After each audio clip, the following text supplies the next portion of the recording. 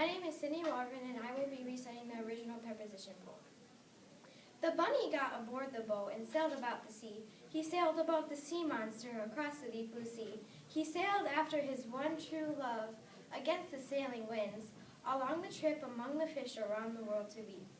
At the destination, before his wedding day, behind the house, below the sky, beneath a tall dark tree, beside his girl, between deep breaths, he said, "Will you marry me?" Beyond belief, by his true love, he got down on one knee. During that month, except for Sunday, they planned for that big day. From morning till night, in life and death, together forever stay. Inside the doors into the chapel, like two lovebirds drew near, they pledged their love of each other, and then he kissed the bride. Off they flew on a plane as soon as it was over.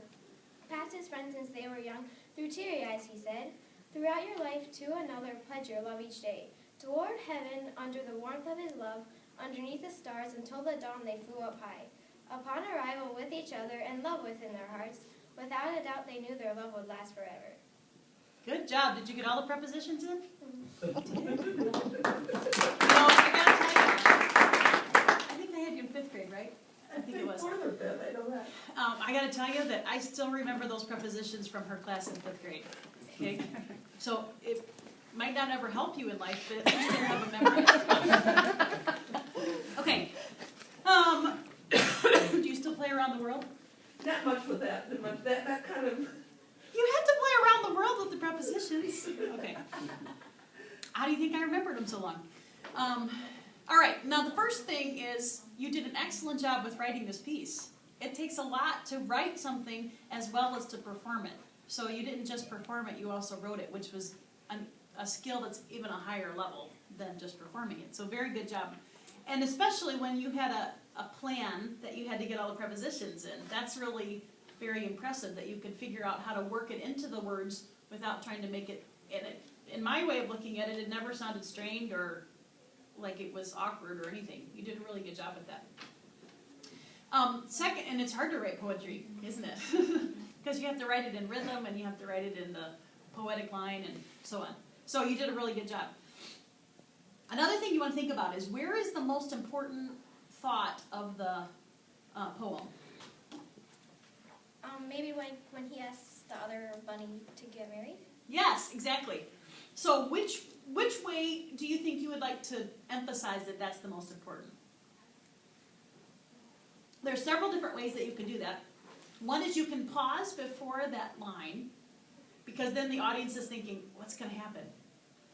Another way is that you can change your pitch, and the pitch is the level that you speak on. I don't mean the volume level, but I mean like your dad has a low pitch range because he talks down here like this, okay?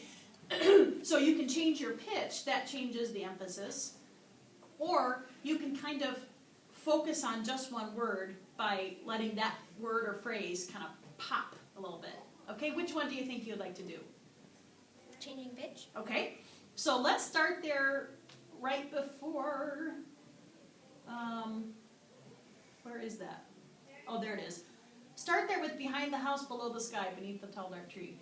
Behind the house, below the sky, beneath a tall dark tree, beside his girl, between deep breaths, he said, "Will you marry me?" Very good. Now, if it's pitch, remember, he's the guy. So typically guys have a lower pitch range, so try to lower your pitch just a little bit. You pause, which was very good because that increased the emphasis, but try to lower your pitch range just a little bit for the guy. Start there again with behind the house. Behind the house, below the sky, beneath a tall dark tree, beside his girl, between deep breaths, he said, "Will you marry me?"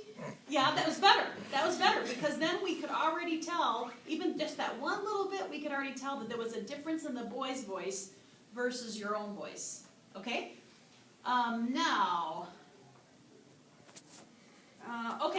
Now on the last stanza that says, "Off they flew on a plane as soon as it was over, past his friends since they were young. And then through teary eyes he said," now he there, is that referring to the guy who just proposed or is that referring to one of his friends? The bunny. Okay, so, oh yeah, he's a bunny. Okay, so it's referring to the bunny. Okay, so try that part of off they flew and then try to do the same thing with your pitch when he says throughout your life to another pledge your love each day. Okay. Off they flew on a plane as soon as it was over. Past his friends since they were young through teary eyes, he said. Throughout your life, to another, pledge your love each day.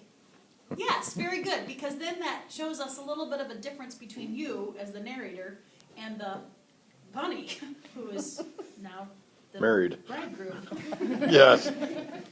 And then at the very end, pause before you say, without a doubt, they knew their love would last forever, because it's coming to the end of the poem. Well, the first time that you delivered it, it's kind of hard for the audience to tell when you're coming to the end. And somehow, psychologically, that's always better for the audience to know when you're coming to the end. So start there with without a doubt. Without a doubt, they knew their love would last forever. Yeah, and slow that last line down. Try that again. Without a doubt, they knew their love would last forever. Good, that was better, because then the audience can go, oh, she's finishing. Not that they want you to, because there's no more preposition, so you have to finish. Okay, thank you.